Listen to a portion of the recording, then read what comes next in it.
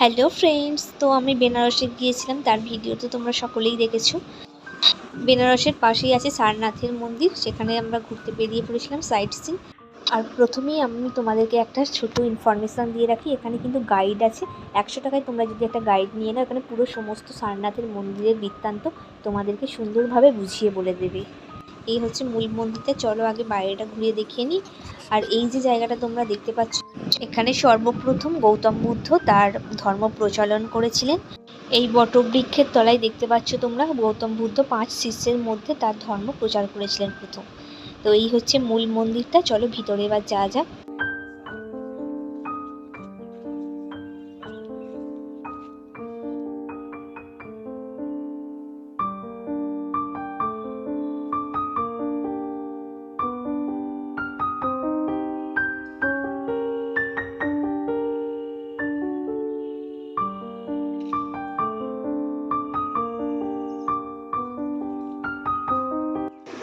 এটা হচ্ছে মন্দিরের পিছন সাইডটা।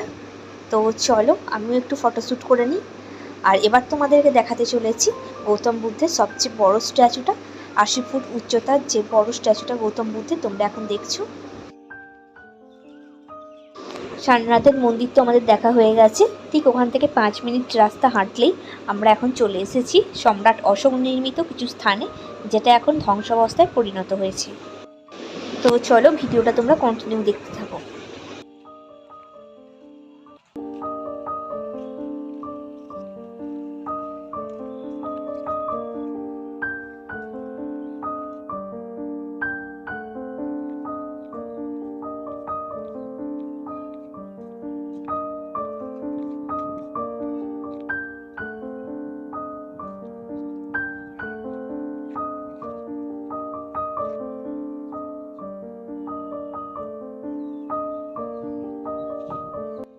এই হচ্ছে সম্রাট অশোক নির্মিত স্তূপ।